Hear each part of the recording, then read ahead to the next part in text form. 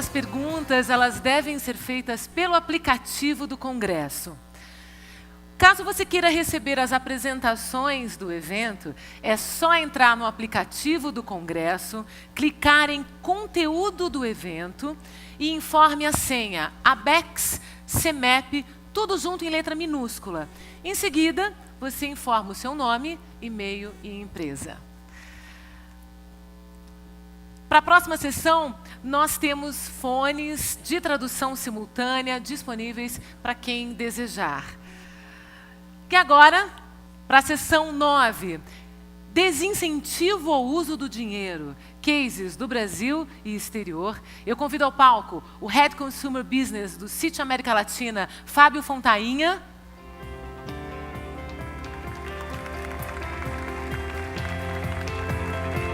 Bem-vindo, Fábio. Bem-vindo, tudo bem? Senta ali. Diretor de Financial Services da PwC, Oscar Peterzoni.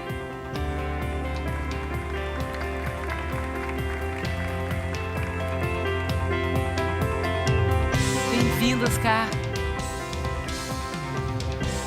O vice-presidente do Banco do Brasil, Raul Moreira.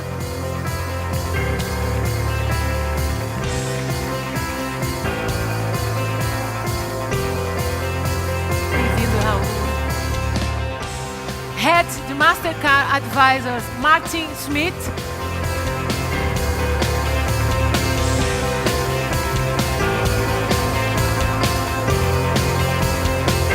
Welcome, Martin.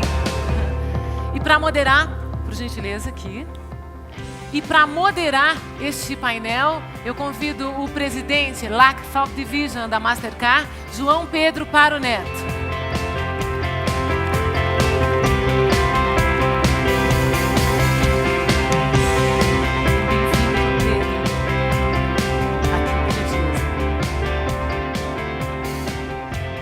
Bom dia a todos, é um prazer estar aqui, é um prazer poder compartilhar com vocês um pouco daquilo que nós da indústria de cartões mais gostamos, que é acabar com o dinheiro. Eu acho que o nosso painel tem esse foco, tem esse objetivo. E nós vamos estar dividindo painéis em duas etapas. Numa primeira parte nós vamos ouvir um pouco cases do estudo da Price, em que foi feito em vários países, onde o Oscar vai nos apresentar um pouco desse trabalho. Depois nós vamos ouvir o Martin, que vai nos apresentar um pouco do trabalho com os países nórdicos. Por fim, o Raul vai nos mostrar as experiências aqui do Brasil, comportamentos, etc. E depois nós vamos abrir para o debate, que seria a segunda parte do nosso painel. Espero que vocês participem, perguntas e tudo mais, e de que maneira que a gente pode fazer deste painel um painel que nos ajude a fortalecer a nossa indústria ainda mais, para que a gente consiga avançar cada vez mais nos meios de pagamentos da sociedade, colocando os nossos meios eletrônicos com todos os seus benefícios e vantagens com a qual ele se apresenta. Então, para que a gente possa iniciar esse painel, vou pedir, por favor, que o Oscar comece fazendo a sua apresentação. Por favor, Oscar. Obrigado. Obrigado, João. Bom dia a todos. Obrigado pela presença, obrigado à ABEX pela oportunidade de apresentar o trabalho que foi efetuado aí ao longo do ano passado. Nosso entendimento em relação a essa questão do desincentivo, né, ao uso do dinheiro, né, a Price fez esse trabalho a pedido da ABEX, né, um trabalho que envolveu 12 países, basicamente, e a ideia aqui é, em 15 minutos, a gente apresentar um pouco desse trabalho, um resumo desse trabalho para todos vocês. Mas vamos lá.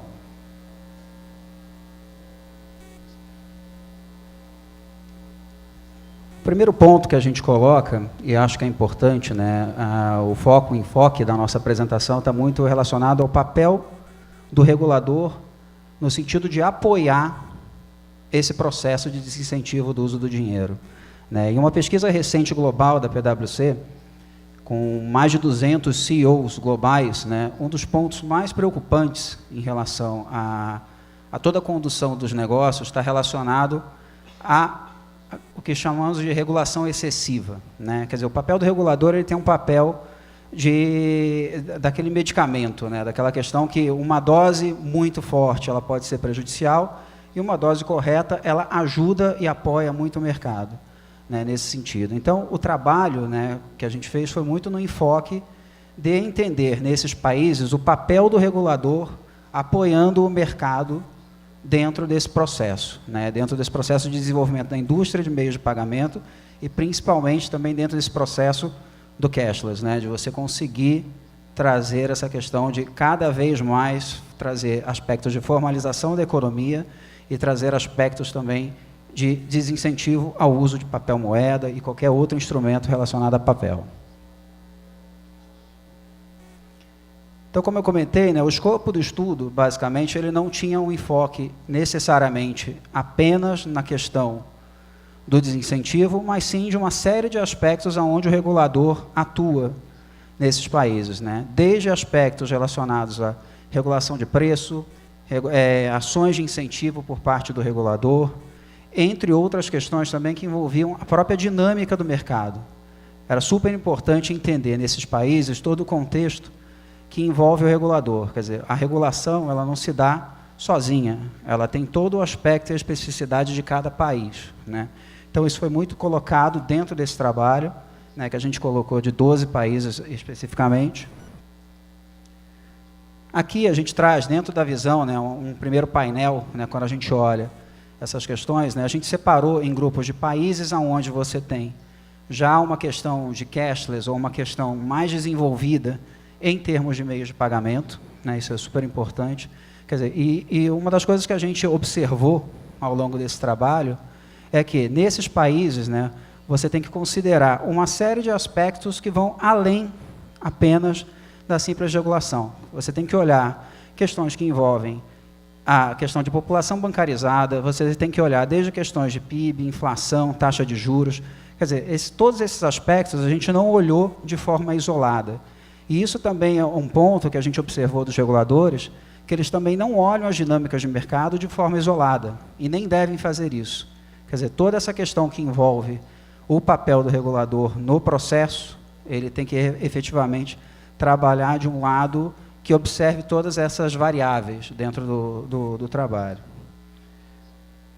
Aqui o outro grupo que a gente separou, e é o grupo que a gente inclui o Brasil, que são países que estão nesse processo de desenvolvimento, né? Quando a gente olha, até uma questão, a gente utilizou, né, João, o próprio relatório da Mastercard em relação à questão de cashless, né? O Brasil ele ainda está no meio do caminho, né?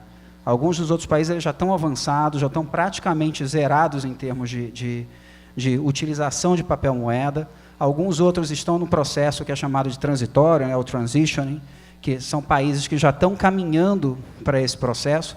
E uma das coisas que a gente observou é que nesses países que estão se caminhando, o papel do regulador ele mudou muito no sentido de trabalhar a questão só preço, mas sim trabalhar a questão de incentivo. Como que eu apoio, como regulador, e incentivo essa questão da não utilização do dinheiro, né? Quer dizer, a substituição por meios eletrônicos. O que a gente observa também aqui, a gente coloca, né, nos últimos 20 anos, aqui a gente pegou uma série, né, de ações relacionadas aos reguladores nos diferentes países, nos diferentes continentes. Né, isso daí a gente fez um trabalho, esse trabalho está muito amplo, né, obviamente eu não tenho a pretensão de em 15 minutos passar todos eles para vocês, mas enfim, é um trabalho que ele vai além, né, além da questão do desincentivo, ele vai em outros aspectos que vão ajudar a fomentar essa questão da indústria. E um ponto também importante que a gente coloca, né, e acho que já foi bastante comentado aqui na própria questão que envolve o CEMEP, esse olhar do regulador, e o próprio Aldo comentou, ele está muito diferente nos dias de hoje, né? Quer dizer, você tem uma série de inovações ocorrendo nesse mercado, você tem uma série de players que vão entrando, e obviamente a gente entende que isso é desafiador para o próprio mercado e é desafiador também para o regulador, né? Não é uma questão mais como você tinha de regulação bancária, quer dizer, a indústria de meios de pagamento, e eu fiquei muito contente de ouvir o Aldo falando nesse sentido de a regulação de meios de pagamento ela tem que ser diferente de uma regulação de banco, né?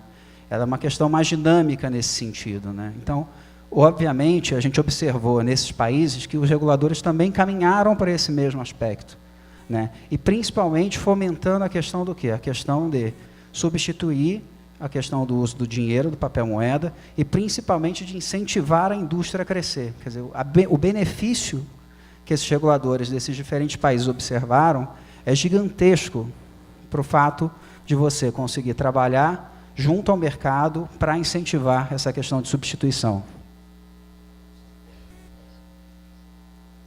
E aqui a gente coloca, na verdade, duas linhas de atuação que, na verdade, elas não são contrárias uma à outra. Na verdade, o regulador, o que a gente observou nesses países, é que ele tem ações que muitas vezes estão diretamente relacionadas ao preço da indústria, e o que a gente observou é que, independente do mercado, a indústria sempre se ajustou, no sentido de conseguir seguir em frente com esse papel. Por um outro lado, tem países que a gente observou uma questão mais de incentivar, né? Trabalhar ações em conjunto com o mercado, e aqui a gente coloca, quer dizer, quando eu falo foco em preço, uma série de atuações foram diretamente relacionadas a tarifas de intercâmbio, a questões que envolvem transparência de mercado, e, de novo, né, não é uma questão julgamental, é uma questão certa, né, o papel está correto também desse lado. Mas, por um outro lado, que a gente observou em países onde teve uma questão mais incentivadora, esse mercado cresceu mais rápido, cresceu de uma forma mais ordenada. Então, o papel do regulador junto com o mercado nesse processo de substituição e de desincentivo ao uso do dinheiro é importantíssimo, né? Tanto que a gente coloca aqui uma questão que envolve os dois lados. Quando eu falo de cashless, eu falo tanto no foco em preço, tem países onde você é taxado para sacar como uma forma de estimular o meio de pagamento eletrônico. Por outro lado, você tem outros tipos de incentivo, como eu vou apresentar aqui no próximo slide, que você tem benefícios para os diferentes elos da cadeia. O importante também é que se foi aprendendo ao longo desse período que você tem que beneficiar não apenas a um pedaço da cadeia, mas você trazer benefícios para todos, né? Portador, os adquirentes, os estabelecimentos, os emissores. Então, isso a gente também vai observar aqui em seguida. Não, bom, deixa eu só... Um ponto aqui importante, né? Dentro dessa linha do que a gente analisou, a gente colocou 4 grandes pontos, né, dos reguladores nessa observação, nesse benchmark com esses 12 países, né. No primeiro ponto, a gente observou muito a questão de taxa de intercâmbio, né, a atuação direta dentro dessa visão de taxa de intercâmbio, a questão de fomentar a utilização de meios eletrônicos de pagamento, e aí a gente tem um caso, até posteriormente o Fábio pode falar um pouco mais de Singapura, né, que traz, inclusive, questões vinculadas a programas de recompensa, que é super interessante também de ser colocado. Um outro lado que é a transparência, né, dessas informações, né, e um último que é questões que envolvem benefício fiscal. Benefício fiscal a gente vai trazer, efetivamente, aqui, o caso da Coreia do Sul. O caso da Coreia do Sul até já foi comentado em algumas palestras anteriores em relação ao trabalho que foi feito, mas aqui é um ponto específico, né, quando a gente fala, primeiro, olhando o lado do estabelecimento comercial e olhando o lado do portador, né, com geração, primeiro, na Coreia do Sul, em relação à dedução direta no imposto, né, isso, para quem utiliza, né, o cartão, você tem um benefício direto, ele é tangível, ele é rapidamente entendido e visualizado por esse beneficiário, né, por esse portador do cartão, e também para a questão que envolve o estabelecimento comercial. Quer dizer, no mercado, a gente falando no mercado comumente de 2 pontas, você conseguir amarrar efetivamente esses dois lados e conseguir trazer benefícios, e principalmente quando a gente observa aqui em termos de crescimento, quer dizer, o crescimento foi muito grande em relação a como era o aspecto de meios de pagamento da Coreia e como ele se comportou a partir desse tipo de ação. Quer dizer, a Coreia ela já trabalha uma série de ações desde 1998, porém, ela começou a migrar para um lado muito mais de incentivador, nesse sentido, né, no caso em 2010, né, já com alguns aspectos aí que tiveram acertos, erros, mas principalmente os acertos eles foram muito mais incisivos no sentido de fomentar o crescimento dessa indústria, e hoje a Coreia ela já está lá dentro de um papel, vamos dizer assim, já caminhando para ser um país cashless, né? Então, isso é um ponto importante, é um ponto que a gente entende aqui, que por incentivo, inclusive da própria parte do regulador, isso conseguiu trazer um benefício direto para o mercado.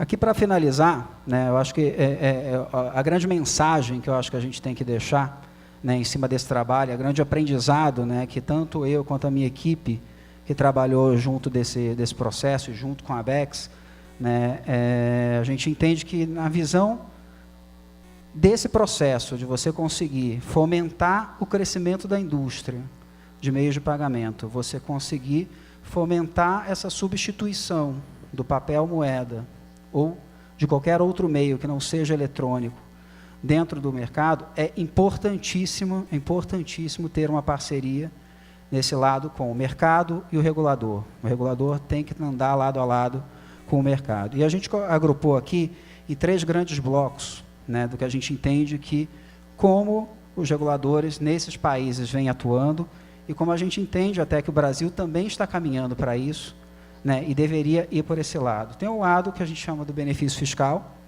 direto, né, eu acho que isso é equilibrar nessa questão mercado, governo, arrecadação, formalização, enfim. O desincentivo, quer dizer, você tem que estimular realmente o governo nesse papel, ele tem que estimular a competição, sim, o mercado ele entende que isso é saudável também, e o regulador precisa fomentar isso e promover, né, obviamente, uma questão que envolva, por um lado, uma redução de custo para todo o sistema. Né? Essa questão de desincentivo de uso do dinheiro, ela é benéfica para todo o sistema que está envolvido.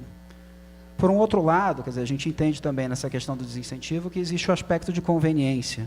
Quer dizer, o meio eletrônico, a gente viu aqui em outras palestras, extremamente conveniente, né? E a questão que envolve segurança, quer dizer, isso tem sido muito trabalhado, tem investimentos diretos da indústria em relação a isso.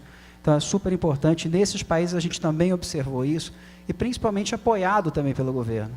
Né? O governo tem que criar, nesse sentido, um ponto de apoio para a indústria poder cada vez mais investir.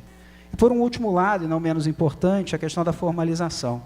Quer dizer, o meio eletrônico ele é um instrumento altamente potente no sentido de você conseguir trabalhar a formalização da economia.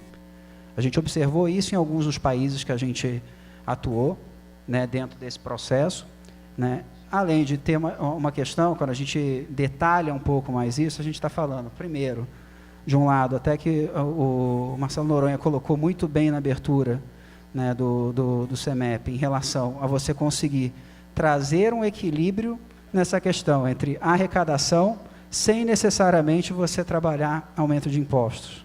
A gente observou isso em alguns países, né, acho que isso vai ser bastante debatido e super importante. Dentro desse benchmark a gente também viu isso.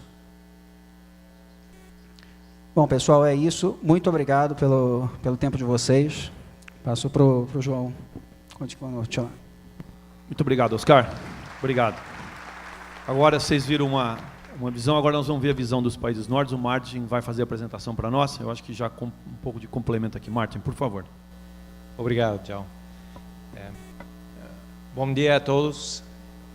Eu vou falar em inglês porque acho que se tentara falar em português seria uma tortura para mim e também para todos vocês. So, thank you very much for allowing me to come here to talk to you about cashless society.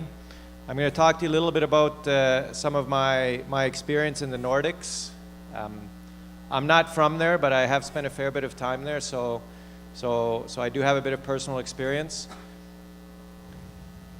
Let's start out with a few of the basic numbers of payments in the Nordics. And we're going to talk about the four countries that we always think of, which are Sweden, which is the biggest, and Norway, Denmark, and Finland as well. First of all, in these markets, cash represents up to a maximum of only 25% of payments in these markets. And if we take out Denmark, it represents less than 15% of payments. So all of the other payments are typically done either through cards or through ACH. And if we look at the amount that people use their cards in these markets, Norway is by far the biggest one in terms of number of transactions and volume of transactions per person. A typical person in any of these Nordic countries uses their card on average 1 or more times a day. And in the case of, and in these countries, they spend anywhere between $10,000 to $20,000 a year on their cards. In reais, that would be somewhere between euros in this case. In reais, that would be somewhere between 50 to 100,000 reais a year of consumption on their cards per person, and that's the average. That's not the affluent segment, that is the average of what the population spends there. Over the years, even in the last few years, the importance of cash has decreased in all of these markets, right? Again, primarily this is being taken up by either increased ACH transactions or cards transactions. So let's focus a little bit more on Sweden, which is the biggest of the 4 Nordic countries, and see what happened there. Now, when you go to Sweden, this is typically what you see. Right? It's a country where hockey is a very, very important sport. I grew up in Canada. For me, hockey is also very important. Any of you that have been to Stockholm will probably agree with me that it is probably one of the most scenic and picturesque cities in Europe and the world as well. There's a lot of snow. It's fairly far north, so you have to clean the streets a lot. They still drive at 150 kilometers an hour even when the streets are snowy. In the summer, they're avid sailors, so you get a lot of sailing. And of course, you can't talk about Sweden without talking about ABBA, which is their biggest musical export. Now, what you don't see a lot in Sweden is cash. And I'll tell you a little bit about my personal experience. I lived in Europe for about 15 years and had to travel a lot through all of Europe. Now, one of the great things is that most of the European countries have a common currency, which is the euro. So you don't have to think about changing money when you come into a country, although there are still some countries that have their own currency, right? So let me give you an example of 2 very advanced payments markets that are very different. I used to travel a lot to Turkey. It is impossible to leave the airport without having some Turkish lira in your pocket, and doing your day-to-day activities in Istanbul, very difficult to do that without having cash. I also traveled a lot to the Nordics, which was a part of my responsibility for a while, and I probably went there over 50 times over a period of 3 years and spent over 100 days there. I not once, not a single time, had to change into local currency. I don't even know what a Swedish kroner looks like. I don't know what the bills look like. I don't know what the coins look like. I don't even know what the currencies are called in Norway and Denmark. I think they're called kroners as well, but I'm not even sure. Okay? You don't need cash to do anything that you want there. So let's see how this happened. Right? It was a journey that started in the early 80s where the banks got together and they did a deliberate focus to push people out of the branches and to the ATMs in order for them to get cash. They provided free ATM cards to all their account holders.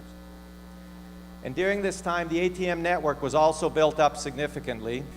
And by 1995, between 1985 and 1995, they basically tripled the amount of ATM cards that they had, and pretty much every adult had their own ATM cards. And you can see that their network of ATMs, they basically doubled it in size between 1985 and 1990, and it continued to grow until probably about 10 years ago, and then it actually started shrinking a little bit as well. The next stage, they moved their card holders from ATM to POS. They made a deliberate focus to have their card holders use their ATM cards less at the ATM and use it more in the point of sale in the stores. And that was fairly easy for them to do because they already had an ATM card. They switched them out for debit cards that they could use in the ATM and also at the point of sale. And the point of sale network was also built out significantly in this time. And by 2010, they actually eliminated the ATM only cards. And you can see that from 1995 to 2000, they basically doubled their POS network. And then from 2000 to 2005, they more or less doubled it again. right? So that helped to facilitate the move from cash from the ATM to using a card in the POS as well. And now they're very focused on removing cash from the market and out of circulation, right? So there's very few banks in Sweden. There's basically 4 banks that run the market. It's very concentrated. They work together a lot.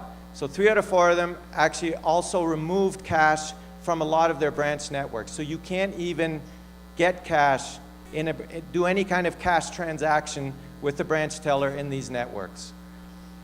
The number of issued cards and POS have continued to grow, but at a lesser pace because it's very well penetrated. And now they're actually much more focused on developing new payment methods, largely driven by banks, but also by other players, and going more and more into the digital space in their quest to eliminate cash from day-to-day life. And if you look at this is a picture of a branch from Swedbank, which is the largest bank in Sweden. And what you'll see is there's no tellers for doing cash handling. It's very much of a commercial focus for providing services and also helping and giving advice, right? So it's a much more friendly environment. I'm sure all of you know that when you go into a bank here or in a lot of other markets that's very cash driven, there's a very strong security focus, which also makes it a lot less friendly and isn't a very inviting place for people to come to. Very different with these kinds of branches in Sweden. So what we see is that over the last 10 years, the number of bank branches and ATMs has remained stable, right? But more and more branches don't manage cash. And one of the things that's happening is some of the cash handling is actually being done by retail as well. ICA, which is one of the biggest retailers in Sweden and also has its own bank, they do a fair bit of cash in and cash out in their retail outlets. People can either deposit coins, get rid of the heavy coins that they have in their pockets if they still have some, and put them onto their account, and they can also take cash out when they're making their payments by card. So that's taking the load off of the branch networks as well. So all of this drive and action from the banks has significantly influenced consumer attitudes and behavior. For example, less than a quarter of Swedish consumers have negative views on a cashless society. More than 3/4 are either positive about it or are quite neutral. As a result, coins and notes in circulation have actually gone down, both relative to the GDP, which has kept growing, and also in absolute terms in the last 5 years. So now, the amount of money that's in circulation is less than 2% of the GDP. And it's still dropping. In the same time, POS activity has more than tripled in the last 10 years. And ATM activity, the amount of money that's withdrawn from ATM, has dropped almost in half and is continuing to drop as well. And card payments have grown about 7% annually, which is probably more than double the actual GDP growth and PCE growth as well. So people are increasingly finding new ways and different ways to use their cards or other electronic payments.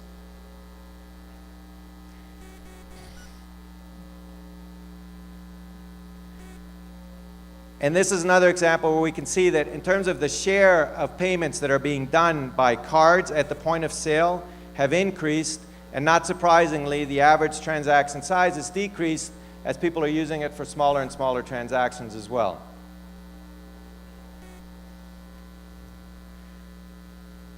And now the big focus is in digital and the drive to reduce the use of cash. So the banks are still working together.